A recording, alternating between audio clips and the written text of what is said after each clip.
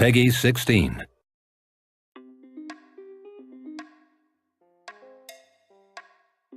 Qu'est-ce qu'on mate ce soir? Fort de la petite bousasque intergalactique mais de qualité que nous avons vu la semaine dernière, je me suis dit bon, autrement passer quand même à quelque chose de plus intéressant, plus intelligent, un peu plus prestigieux. Et en plus, pour changer, on a vu du Japon, on a vu de l'italien, on a vu des États-Unis la dernière fois. Pourquoi pas venir à du cinéma français? Le cinéma de jour français, c'est compliqué.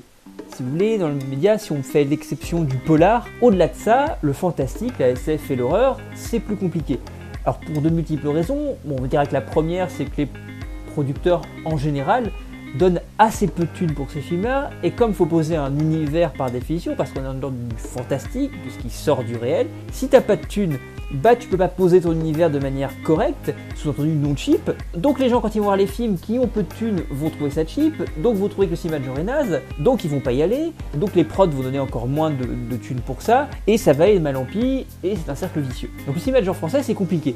Il y a des choses intéressantes, moi je pense aux films notamment d'Alexandre Aja, bon, qui s'est cassé d'ailleurs aux États-Unis depuis, Martyr de Pascal Laugier entre autres aussi, qui sont vraiment des films couillus, radicaux, et qui vont, voilà, qui posent vraiment quelque chose, qui posent leurs couilles sur la table et qui essaient de faire quelque chose de fort, de vraiment toucher à du genre. Je pense à Xavier Jeance aussi, il y a des choses, même si Frontières est un film qui est assez bancal, il y a pas mal de tentatives vraiment intéressantes. Je vais vous parler aujourd'hui de Grave de Julia Ducournau, qui est sorti donc l'an dernier, qui est un film qui a, si vous voulez, eu la chance d'avoir un petit buzz qui lui a permis un certain succès public. Alors je pense aussi grâce aussi au prix qu'il a pu avoir, notamment au Festival du film fantastique de Gérard May l'an dernier. Donc il était auréolé de tout ça et ça a fait que finalement il a été un petit peu poussé, y compris hors de nos frontières, parce qu'il a assez bien marché aux États-Unis aussi. Donc c'est un film d'une jeune réalisatrice, il me semble franco-belge, qui sort de la Fémis.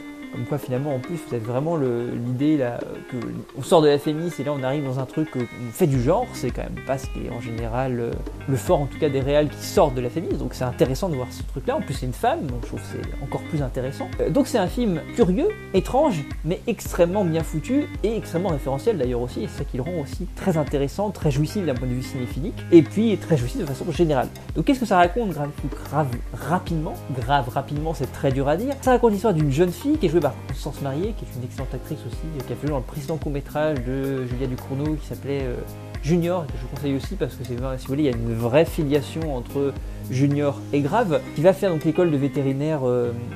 Alors je sais plus exactement dans quelle ville ça se passe, mais une sorte d'étrange fac vétérinaire, parce qu'il y a vraiment ce côté étrangeté, inquiétant étrangeté freudienne qui est tout autour du truc, qui est végétarienne, et donc qui va, lors d'un bisutage, parce qu'on va suivre toute son entrée dans la fac, et lors d'un bisutage, va se trouver à manger un rein de lapin cru. Ça va réveiller un certain appétit pour la viande, mais pas que pour la viande animale, et surtout pour la viande humaine. Et à partir de là, on va suivre tout le cheminement, toute cette transformation de cette jeune femme qui va découvrir les plaisirs du cannibalisme. Donc voilà, concrètement, c'est ça que vous avez comme idée de base. C'est assez provoque, c'est assez direct, c'est assez radical en tout cas, c'est imposé. Après, est-ce que ça l'est autant dans le film? Moi, je trouve que oui, il y a une certaine radicalité qui s'en dégage, qui fait que ça fait super plaisir. Donc c'est un film intéressant, donc qui assume pleinement ses références. Je pense à Cronenberg fondamentalement, c'est-à-dire que là, on a vraiment ce qu'on appelle du body horror. On va travailler sur les abjections, les aberrations, les monstruosités du corps. D'ailleurs, c'est renforcé par le sound design du film. Vous avez beaucoup de travail sur la succion, sur la mastication. Il y a quelque chose d'extrêmement dérangeant sur ce point-là. Je pense à Dario Argento aussi, qui est aussi on en parlait il y a 2 semaines de ça.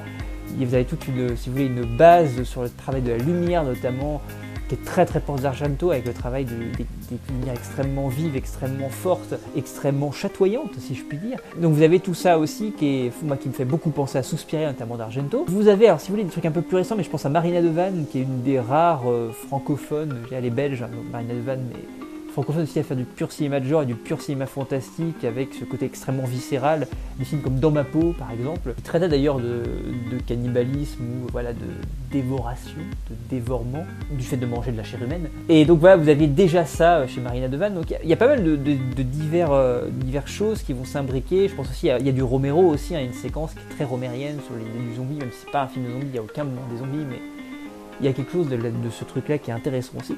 Donc vous avez plein de références. Et puis à côté de ça, vous avez un travail, si vous voulez, de manière générale sur le genre qui est extrêmement intéressant, plutôt que encore une fois, de l'imposer de manière radicale. On va travailler sur divers genres, y compris le film d'auteur français, que je considère encore une fois comme étant un genre à part entière. M'en servir comme cheval de Troie pour pouvoir m'inclure dans une culture qui n'accepte pas forcément le cinéma de genre. Et ensuite, jouer avec les genres, jouer sur les ruptures de ton, principalement. C'est un film qui joue beaucoup sur les ruptures de ton. Il y a des éléments comiques dans le film d'ailleurs, c'est de l'humour noir, mais il y a beaucoup d'éléments comiques. Vous avez donc le film de cannibale pur, vous avez des... Alors le film pas très gore en tant que tel, parce qu'on a beaucoup joué sur le fait que le film est très gore, absolument pas. C'est un film qui est finalement assez peu sanglant. Vous avez 2-3 séquences un peu plus peu ragoûtantes, on va dire, de cannibalisme, mais ça reste quand même très très soft, hein, je trouve. Mais il y a quelque chose qui se dégage du film qui est extrêmement viscéral. C'est un film qui va vous tripatouiller là où vous n'avez pas envie que ça vous tripatouille. C'est un film sur le désir, hein, avant tout, faut pas oublier ça, sur la transformation du corps, sur le fait que le corps peut me surprendre, ce que Spinoza appelle la disconvenance. C'est le moment où vous êtes surpris par votre propre corps, votre corps n'est plus en adéquation avec ce qu'est votre esprit, c'est-à-dire que c'est l'idée du, si vous voulez, du combat, du dualisme corps-esprit. Il y a tout ce travail-là aussi qui est joué là-dedans, quelque chose de très psychanalytique aussi. Sur la question du passage à l'adulte, quand vous êtes, si vous voulez, adolescent, vous faites l'expérience qu'on appelle la disconvenance, quand votre corps vous échappe, obéissez des lois dont vous ne connaissez rien et vous subissez votre corps. Là, vous avez vraiment cette idée-là avec l'héroïne qui subit son corps, que ça fait vraiment, encore une fois, je vous conseille, il me semble qu'elle est sur le DVD d'ailleurs aussi, ce court-métrage donc, de Julia Ducournau, qui s'appelle Junior, où on jouait justement sur l'adolescence, mais en transformant presque ça en du body horror pur, alors que finalement on était sur de l'adolescence classique, hein, mais la traduction graphique de ça, c'était le body horror. C'est un film très étrange, c'est un film très drôle en même temps, c'est un film qui comporte beaucoup d'éléments très poétiques aussi, c'est un film qui est très très beau, graphiquement c'est magnifique, vous avez un plan séquence dans une boîte de nuit au départ qui est absolument magnifique. C'est un film aussi très dérangeant, encore une fois, qui va vous tripatouiller, notamment en termes de sexualité aussi, hein, on parle de monstruosité et de sexualité, il y a quelque chose d'assez étrange, d'assez dérangeant, ça joue sur votre fascination-répulsion, sur désir-répulsion, ce que vous êtes en train de voir. Donc c'est extrêmement glauque dans une certaine mesure, mais ça fonctionne extrêmement bien. Alors, le seul petit défaut du film, mais c'est le seul que je noterais vraiment pour ma part, c'est la chute du film, la fin du film, qui a un côté, on voit venir d'ailleurs assez rapidement, et qui fait très chute de court métrage, donc c'est juste le petit souci du film. Mais en tant que tel, vous avez passé un bon moment. Je trouve que c'est vraiment une petite claque que j'ai pris l'an dernier, j'ai vu 2 fois au ciné, et j'ai vraiment pris beaucoup de plaisir à le voir. Autant que de déplaisir, justement, et ça je trouve ça intéressant d'avoir cette dichotomie plaisir-déplaisir devant un film. J'espère que ça vous plaira, c'est assez récent que vous verrez facilement. Je vous souhaite un bon film, écoutez, une bonne soirée, gourmande, parce qu'on est encore dans la gourmandise, on va dire ça, de chair, la gourmandise charnelle. Et puis je vous dis à la semaine prochaine pour, je ne sais pas ce que je piocherai, j'espère en tout cas que ça vous plaira. En tout cas, grave, c'est super cool, passez une très belle soirée et je vous dis à très bientôt.